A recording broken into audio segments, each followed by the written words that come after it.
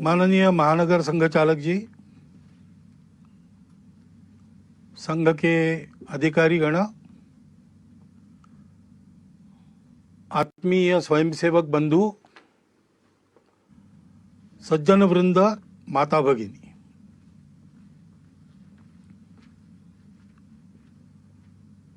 एक विशिष्ट परिस्थिति में आधुनिक तकनीकी का उपयोग करके पर्दे पर ये हमारी भेंट हो रही है। कोरोना की महामारी से सारी दुनिया जूझ रही है और उस बीमारी के साथ लड़ाई का एक अनिवार्य अंग है घर में बंद रहना, सारे काम धाम बंद करके बैठे रहना, घर में बंद रहकर जितना हो सकता है उतना करना। तो हमारे संघ के कई स्वयंसेवकों को लगता होगा कि हमारी शाखाएं अभी मैदान पर लगना बंद है, कार्यक्रम बंद है, संघ शिक्षा वर्ग प्रारंभ हुए होते वो बंद है, तो हमारा काम बंद है। लेकिन हम अपने अपने घर में बंद है, लॉकडाउन कहते उसमें है, तो भी जीवन तो चल रहा है। ऐसे संघ का कार्य भी चल ही रहा है। नित्य के कार्यक्रम बंद है, दूसरे कार्यक्रमों ने उनकी जगह ली है। ये संघ के लिए भी और हम सबके जीवन के लिए भी सत्य है, क्योंकि जीवन मनुष्य का, इसकी कल्पना क्या है? तो सारी दुनिया मानती है और संघ में भी हम लोग मानते हैं कि हम स्वयं अच्छे बने और अपने अच्छाई का उपयोग करके जग को अच्छा बनाएं, दुनिया को अच्छा बनाएं। स्वयं अच्छा है और दुनिया के लिए कुछ नहीं कहता, उसको भी लोग अच्छा नहीं करते। और दुनिया के लिए गलती से कुछ अच्छा कर भी लिया, लेकिन स्वयं के जीवन में अच्छाई का कोई अंश नहीं, उसको भी दुनिया अच्छी नहीं कहती। जीवन के या संघ कार्य के एक ही सिक्के के ये दो पहलू है। अपनी परंपरा में ऐसा कहते हैं, एकांत में आत्म साधना और लोकांत में परोपकार। यही जीवन का स्वरूप है, यही संघ कार्य का स्वरूप है। तो अपने स्वयंसेवक रोज प्रार्थना कर रहे हैं, मैदान पर एकत्र आकर नहीं कर रहे, अपने परिवार के साथ घर में कर रहे हैं। लेकिन प्रार्थना करने का उनका समय निश्चित है, उनके परिवार में उस समय प्रार्थना हो रही। अनेक प्रतिनिधि स्वयंसेवक अपने प्रतिज्ञा का रोज स्मरण करते होंगे। नित्य शाखा के कार्यक्रमों में अभी इतना ही करना संभव है, उतना चल रहा है। बाकी कार्यक्रम दूसरा बदल गया है, वो सेवा का कार्यक्रम है। प्रचंड प्रमाण में जो सेवा चल रही उसको सब लोग देख रहे और सारा समाज हमको प्रोत्साहन भी दे रहा है। परंतु हमको ध्यान में रखना चाहिए कि ऐसा नहीं मानना चाहिए यही अपना कार्य है। कार्यक्रम अपना कार्य नहीं है। स्वयं अच्छा बनना और दुनिया को अपने प्रयास से अच्छा बनाना, ये अपना कार्य है। चीन देश में भारत से एक भिक्षु गए तथागत के धम्म का प्रचार करने के लिए। कुछ वर्ष वहां काम करने के बाद उनको ऐसा लगा कि तथागत का एक चरित्र लिखा जाए चीनी भाषा में, वहां के जनता के लाभ के लिए। तो लिखकर तो तैयार हो गया, लेकिन उसको छापना है। तो वहां उनके जो संपर्क थे उन सब लोगों से वो मिले, उनसे धन इकट्ठा किया, बताया तथागत का चरित्र उससे छापेंगे। और सारा धन इकट्ठा होने के बाद छापने के लिए छापखाने में वो हस्तलिपि देना कल देनी है, तो आज रात में एक बड़ा भूचाल आ गया और बहुत से देहात, बहुत से शहर तहस नहस हो गए। तुरंत सेवा कार्य में सब लोग लग गए। तो पुस्तक के लिए जो धन लाया था उसका स्वाभाविक उपयोग लोगों की राहत के लिए हो गया, वो धन समाप्त हो गया। इसलिए सारा वो राहत कार्य पूरा होने के बाद फिर से भिक्खू ने सबको बताया कि धन तो दिया था आप लोगों ने, लेकिन वो ऐसे काम में हो गया खर्च, तो और एक बार धन संकलन। फिर से वैसा किया। फिर जब छाप खाने में जाना था, उसके पहले के उस दिन एक बड़ी बाढ़ आ गई, फिर से राहत कार्य करना पड़ा, सारा संकलित धन उसमें व्यय हो गया। फिर जाकर लोगों को समझाया, लोग भी समझ गए। तीसरी बार धन संकलन हुआ, इस बार कोई आपत्ति नहीं। हस्तलिपि छापखाने में गई, मुद्रित होकर किताब तैयार हुई, किताब का धूमधाम से प्रकाशन हुआ। लोगों ने और उस किताब को बड़े श्रद्धापूर्वक खरीदा, और पढ़ने के लिए अपने अपने घर में जब लोगों ने उसको खोला तो पहले पन्ने पर लिखा था कि ये तथागत के चीनी भाषा में चरित्र की तीसरी आवृत्ति है। यानी लिखित चरित्र एक चरित्र का स्वरूप है, लेकिन उस चरित्र का जो संदेश है, दुनिया की दुख मुक्ति, उसको आचरण में उसके पहले 2 बार लाके दिखाया गया, तो वो भी उस पुस्तक की आवृत्ति है। ऐसे हम आज जो कर रहे हैं वो भी कार्यक्रम बदल के संघ का ही कार्य कर रहे हैं, इस भावना से उसको करना। तो स्वाभाविक केवल संघ के लोगों के लिए नहीं, सभी के लिए कुछ बातें स्पष्ट हो जाती है। एक तो हम ये सेवा क्यों कर रहे हैं, उसकी प्रेरणा हमारी स्वार्थ की नहीं है, अपने अहंकार की तृप्ति या अपनी कीर्ति प्रसिद्धि के लिए ये नहीं करना है। जो लोग सहयोगी बनना चाहते हैं उनको जानकारी हो, इसलिए कुछ प्रसिद्ध करना पड़ता है। अपने कार्य की रचना में हम सबको सविस्तार वृत्त ठीक ठीक पता चले, इसलिए उसको प्रकाशित करना पड़ता है। लोगों को प्रेरणा मिले, इसलिए भी ऐसे कार्य में आने वाले अनुभवों का लेखन प्रकाशन करना पड़ता है। परंतु अपना डंका बजाने के लिए हम ये काम नहीं कर रहे। हम काम कर रहे हैं, ये अपना समाज है, अपना देश है, इसलिए इस स्वार्थ, भय, मजबूरी, प्रतिक्रिया या अहंकार, इन सब बातों से रहित आत्मीय वृत्ति का परिपाक है ये सेवा। और इसलिए इस सेवा में हम लोगों को निरंतर लगना है, निरहंकार वृत्ति से लगना है, श्रेय दूसरों को देना है। और अभी ये जो विशिष्ट आपत्ति है, उसमें जो सेवा करनी है, उसमें लोगों का प्रबोधन भी करना पड़ता है, कई बातें बतानी पड़ती है। तो बताने का परिणाम तभी होता है जब हम उसका पालन करते हैं। और इसलिए कोरोना की महामारी के समय में अपने स्वास्थ्य को सुरक्षित रखने के जो जो नियम विहित है और हम लोगों को बताने वाले हैं, उन सबका पालन पहले अपने को करना है। वो पालन करते हुए भी हमको काम करना है। घर के बाहर निकलना पड़ेगा, लेकिन नियम बना है कि उसके लिए अनुमति चाहिए। लॉकडाउन है तो अनुमति पूर्वक ही काम करना, फिजिकल डिस्टेंस रखना है, अंतर रखना है, वो अंतर रखकर काम करना पड़ेगा। छोटी छोटी बातों में भी सहज रहकर स्वयं उसके पालन का उदाहरण बनकर हमको लोगों को बताना है। और हम ये कर सकते हैं। महामारी नई है, उसने कहर मचाया है, लेकिन उससे डर जाने की आवश्यकता नहीं है। डरने से काम नहीं होता, डरने से संकट का बल ज्यादा बढ़ता है। अपना संतुलन कायम रख के, मन में भय का लवलेश न रखते हुए, ठंडे दिमाग से कौन से उपाय करने हैं, कैसे करने पड़ेंगे, क्या क्या करना पड़ेगा, इसकी योजना बनाकर हम काम करते हैं तो वो काम यशस्वी होता है। आत्मविश्वास युक्त ऐसा अपना सुनियोजित प्रयास करना है, भय से रहित होकर, और सातत्यपूर्वक प्रयास करना है। क्योंकि ये बीमारी नहीं है, इसमें निश्चित क्या क्या हो सकता है इसके अनुमान लगते, जैसे जैसे अनुभव आता है वैसे ही पता चल रहा है।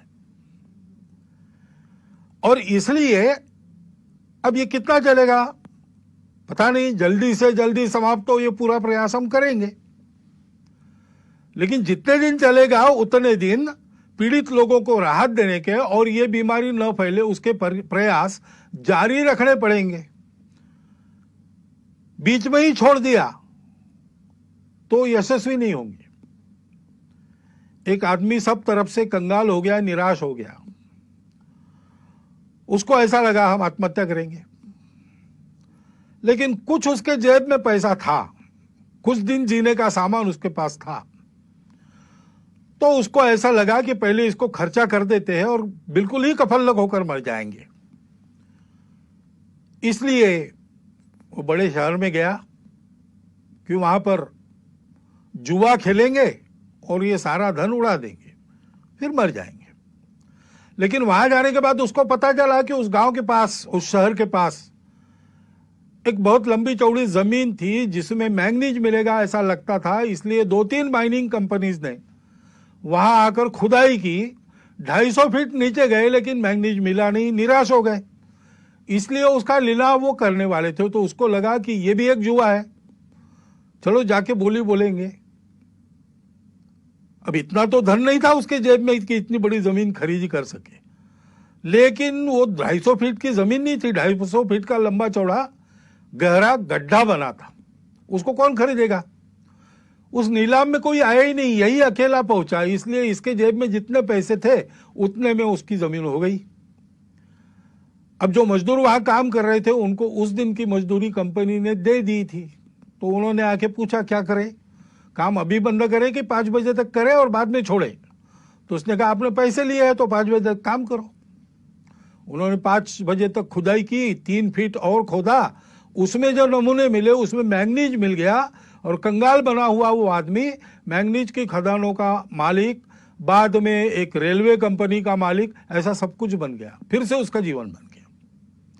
उसने लेख लिखा, वो मैंने पढ़ा, रीडर्स डाइजेस्ट में आया था, कहानी अमेरिका की है, लेकिन उसका शीर्षक था difference between the success and failure is 3 feet. 3 feet के अंतर के लिए अपना सातत्य खदान मालिकों ने छोड़ दिया तो वंचित रह गए, और 3 फीट और खोदने का दम इसने दिखाया तो इसको वैभव मिल गया। इसलिए ऐसा सातत्य अपने प्रयासों में चलना चाहिए, ऊबना नहीं चाहिए, थकना नहीं चाहिए, करते रहना चाहिए। सबके लिए करना है, इसमें कोई भेद नहीं है। जो जो इसके पीड़ित है वो हमारे अपने हैं। भारत ने तो जिन दवाइयों के और निर्यात पर बंदी लगाई थी दुनिया के हित के लिए, उसको हटाकर थोड़ा बहुत अपने तरफ नुकसान लेकर भी दवाइयां भेजी है। जो मांगेंगे उसको देंगे, क्योंकि यह हमारा स्वभाव है। हम मनुष्यों में भेद नहीं करते और ऐसे प्रसंगों में तो बिल्कुल नहीं करते। सब अपने हैं, जो जो पीड़ित है, जिसकी जिसकी आवश्यकता है, उन सब की सेवा, जितनी अपनी शक्ति है उतनी सेवा करनी है।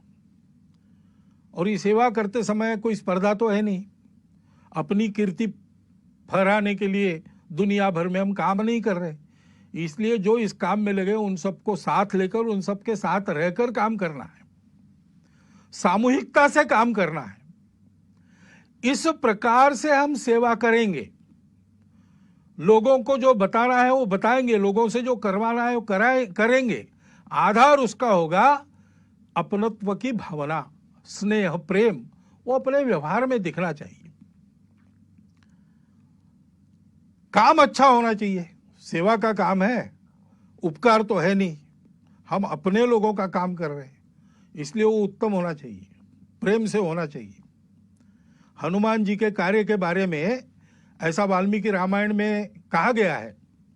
देवों ने उनकी स्तुति की एक प्रसंग पर, तब 4 उनके विशिष्टों का उल्लेख किया।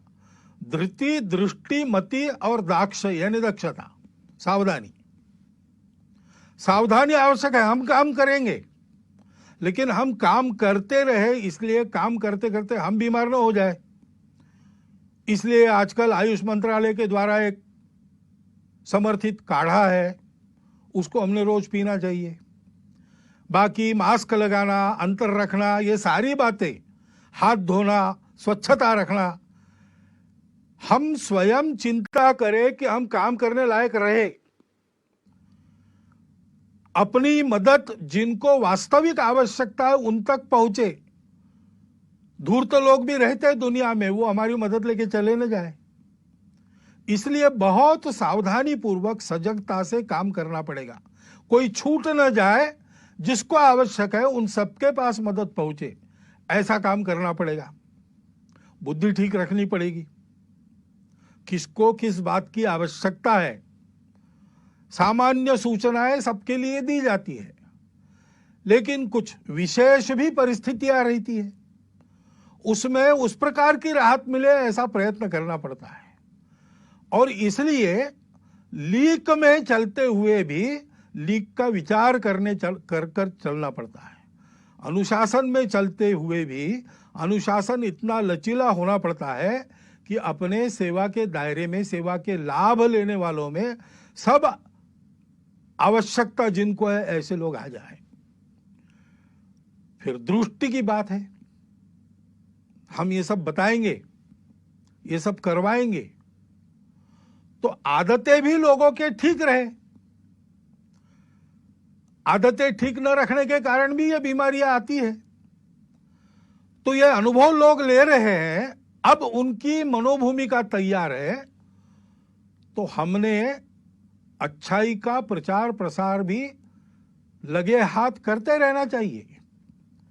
ये केवल कार्यक्रम नहीं है, इसमें से हम लोगों के जीवन को सुरक्षित कर रहे हैं और लोगों के जीवन को गढ़ भी रहे हैं। अपने पवित्र समाज का संरक्षण और सर्वांगीण उन्नति, ये हमारी प्रतिज्ञा है। और इसलिए उस दृष्टि को ध्यान में रखकर हमको काम करना है और धैर्य रखना है। कितने दिन ऐसा करके नहीं होगा। जब तक पूरा नहीं होता तब तक करते रहना है, सतत करना है।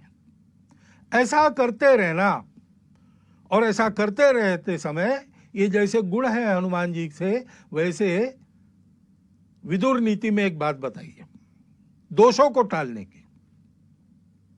षट दोषा पुरुषेणेह हातव्याम भूतिमिच्छताम। जिस पुरुष को अपना वैभव चाहिए, अपना विजय चाहिए, अपना प्रभाव चाहिए, अपनी खुशहाली चाहिए, उसको 6 दोषों का हनन करना पड़ता है, उनको दूर करना पड़ता है। वो कौन से है? निद्रा, तंद्रा, भय, क्रोध, आलस्यम, दीर्घ सूत्रता।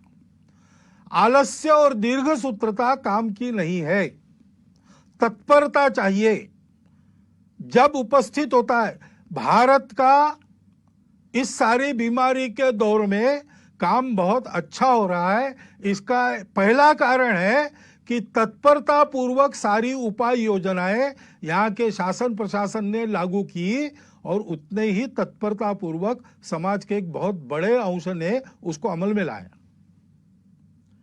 तो आलस्य नहीं किया, दीर्घ सूत्रता नहीं दिखाई।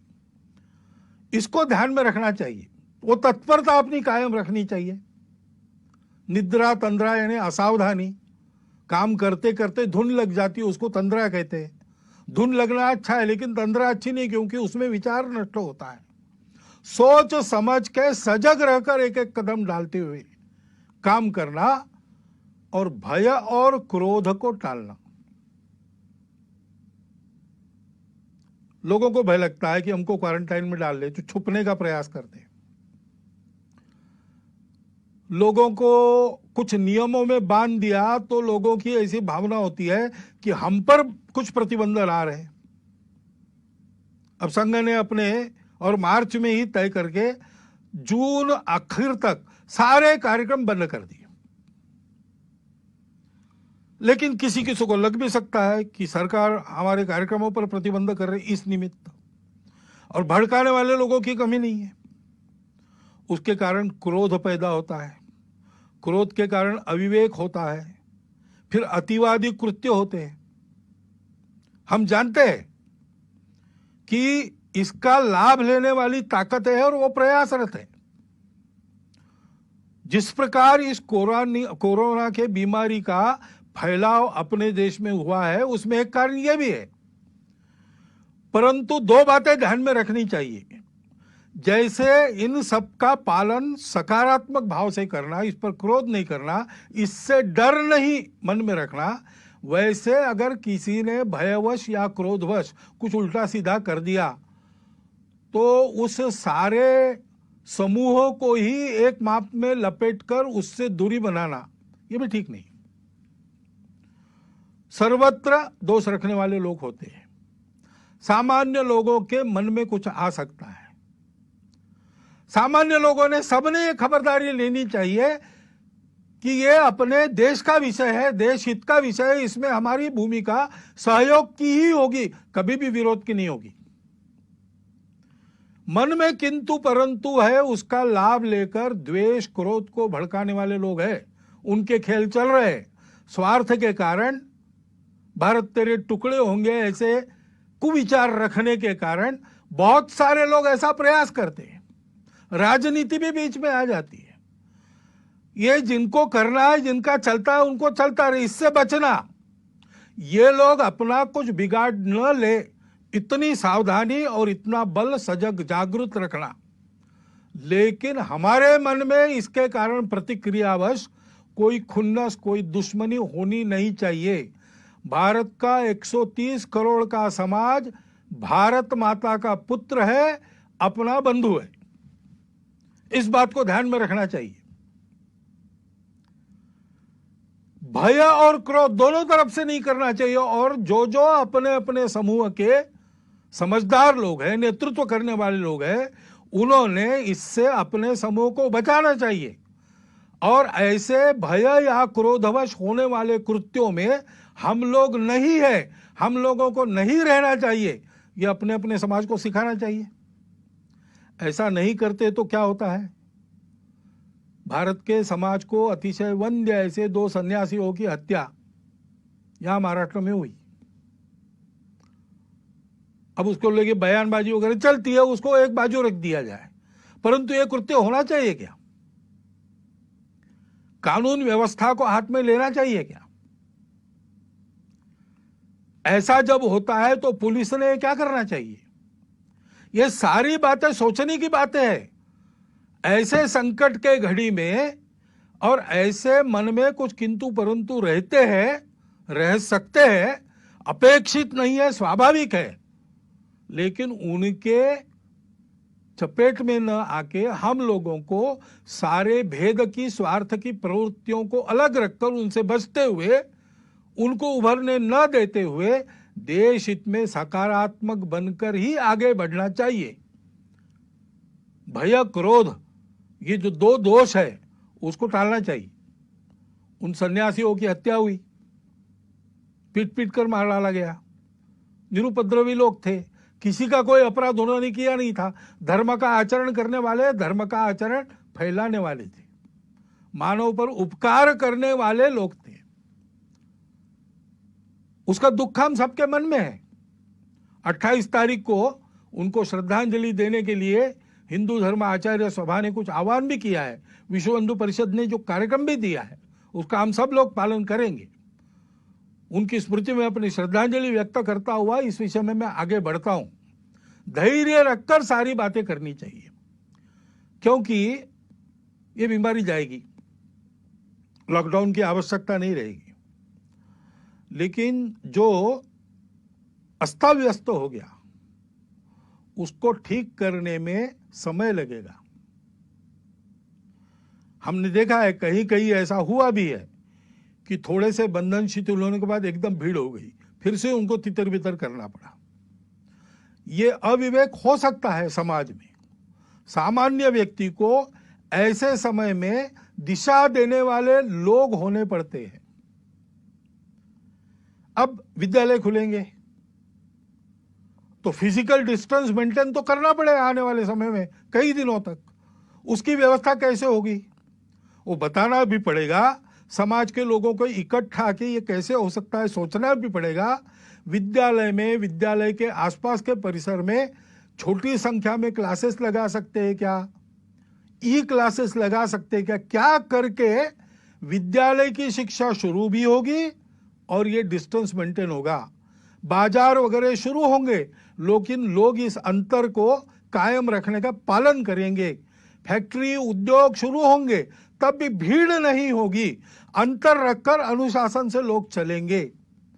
इसके लिए चिंता करने की आवश्यकता है, यानी राहत पहुंचाने का काम शायद कम हो सकता है, परंतु फिर से ये बीमारी न आए, उतावली न हो, इसके लिए समाज को दिशा देने का काम हमको करते रहना पड़ेगा। ये सारे काम होने हैं तो समाज में एक सद्भाव, सदाचार, सहयोग का वातावरण बनना चाहिए। समाज के सारे जनमान्य लोगों को इकट्ठा करके उनके द्वारा ये बात करवानी होगी, संवाद रखना पड़ेगा। अनुशासन पालन के बारे में स्वयं का उदाहरण और उपदेश उन लोगों को रखना पड़ेगा, उसके लिए उनके साथ भी बात करनी पड़ेगी। लोगों की क्षमता, प्रतिकार क्षमता बढ़े, कई आयुर्वेदिक उपाय है, योग है, व्यायाम है, तरह तरह के प्राणायाम है, उपाय तो अपना स्वास्थ्य मंत्रालय भी बता रहा है और जगह जगह के चिकित्सक भी बता रहे हैं। उसका नित्य नियमित आचरण करने का एक क्रम कुटुंबों में चलना चाहिए, कुटुंबों में संस्कार का वातावरण होना चाहिए। शांत दिमाग से किसी भी भय यानी पैनिक के चपेट में हम ना आते हुए जो करना है वो कर्तव्य ठीक से करना, इस प्रकार का स्वभाव बनने के लिए कुटुंब में भी उस प्रकार के स्वभाव का संस्कार होना चाहिए।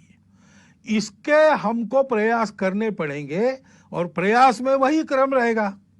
हमको उदाहरण बनना पड़ेगा, हमको समुपदेशन करना पड़ेगा, हमको अपनी सेवा से सबको जोड़ना पड़ेगा और सबका सहयोग जुटाना पड़ेगा। ये बीमारी पहली बार आई है इस प्रकार की सारे दुनिया में एक साथ, शायद ही पिछले और कुछ शतकों के इतिहास में विश्व पहली बार ऐसे संकट का सामना कर रहा है। तो संकट तो है और हम लड़ तो रहे, लेकिन ये संकट कुछ सिखा भी रहा है। जैसे प्रधानमंत्री ने ही पिछले दिनों में कहा सरपंचों को कि ये संकट हमको स्वावलंबन की सीख दे रहा है।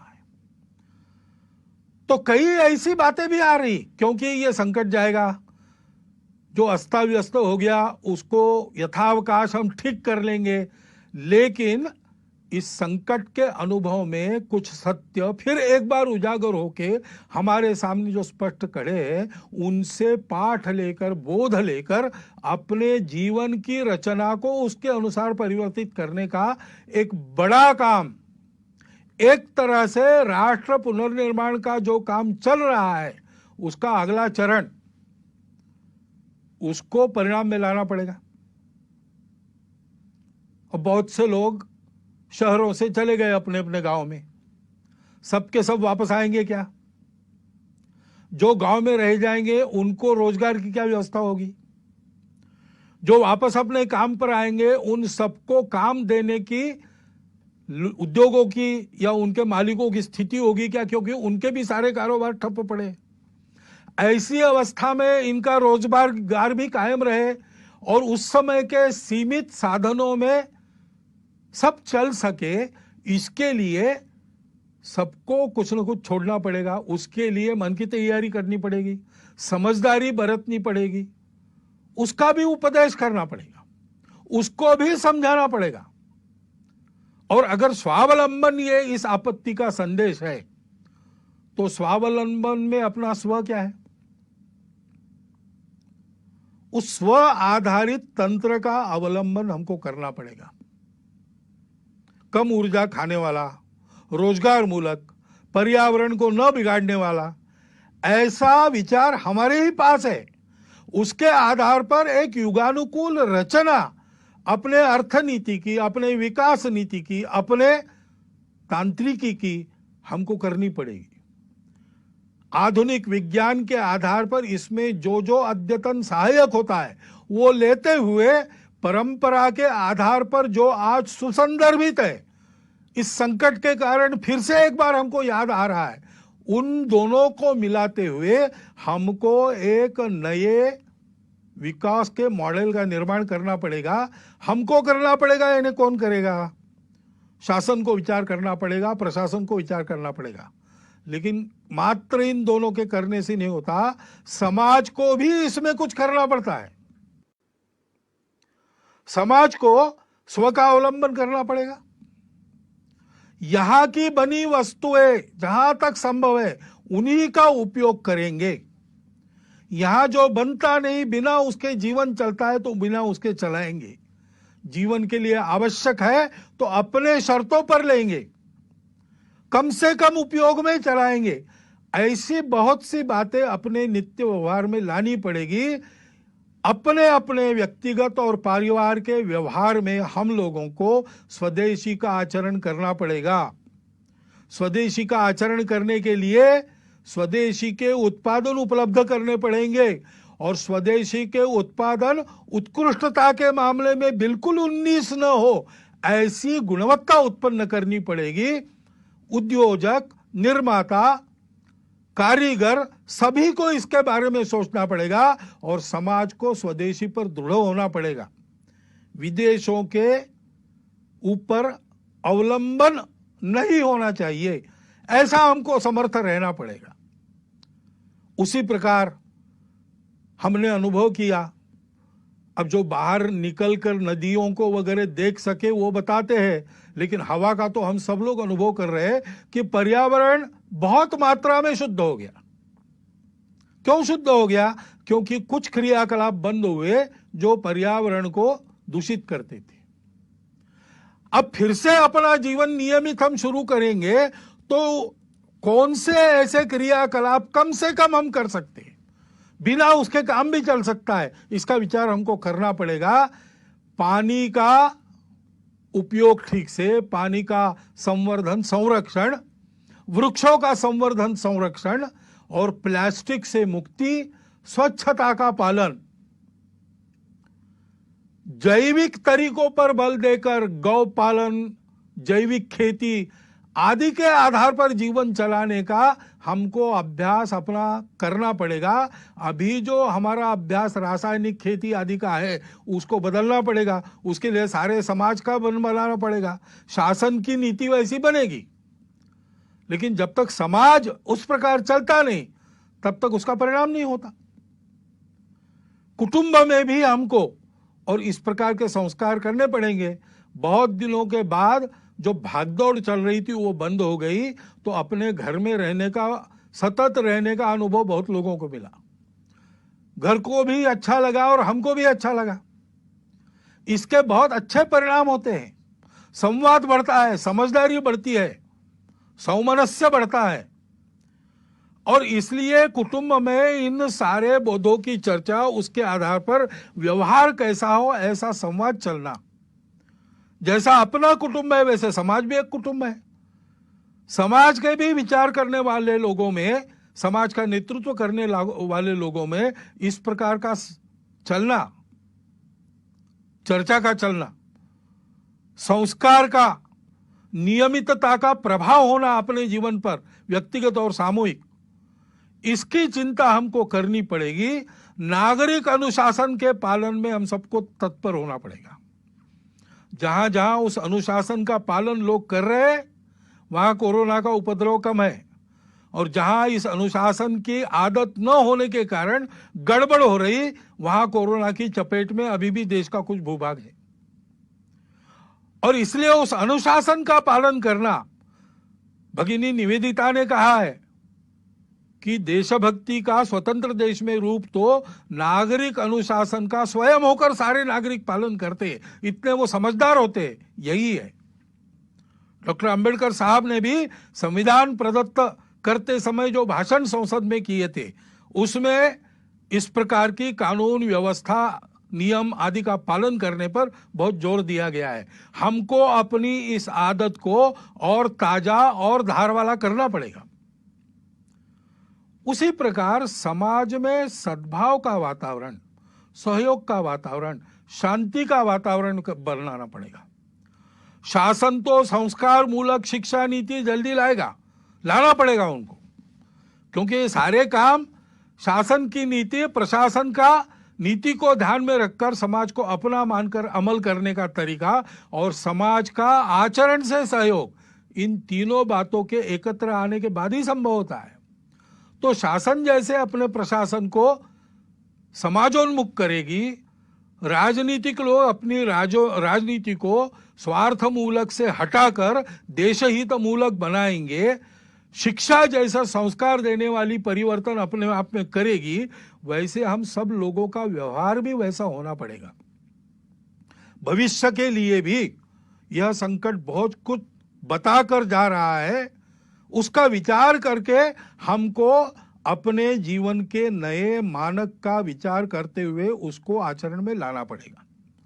हम सब लोग मिलकर आत्मविश्वास से इस अपने देश और अपने समाज के अपनत्व को मन में रखकर इस देश को इस संकट से निकालकर सारे विश्व की मानवता का नेतृत्व करने वाला देश बनाने के लिए आत्मविश्वास पूर्वक प्रयत्नों का, परिश्रमों का सातत्य अपने कर्तृत्व में रखकर फिर एक बार हमको सक्रिय होना पड़ेगा। इसकी आवश्यकता है। हमारी भूमिका विश्व में और अपने देश में हम सब की यही है कि इस संकट को अवसर बनाकर हम एक नए भारत का उत्थान, इस सारे संकट को अवसर बनाकर उसमें से करें, ऐसी हमारी भूमिका हो। इसलिए जो मेरे विचार में आवश्यक बातें मुझे लगती थी वो मैंने आपके सामने रख दी है। संघ के सारे स्वयंसेवक ऐसा सोचते ही है और ऐसा करेंगे ही, परंतु संपूर्ण समाज में सभी को ऐसा होने की आवश्यकता है। इतनी एक बात को मैं आपके सामने रखता हूं और अपना यह निवेदन पूर्ण करता हूं। धन्यवाद।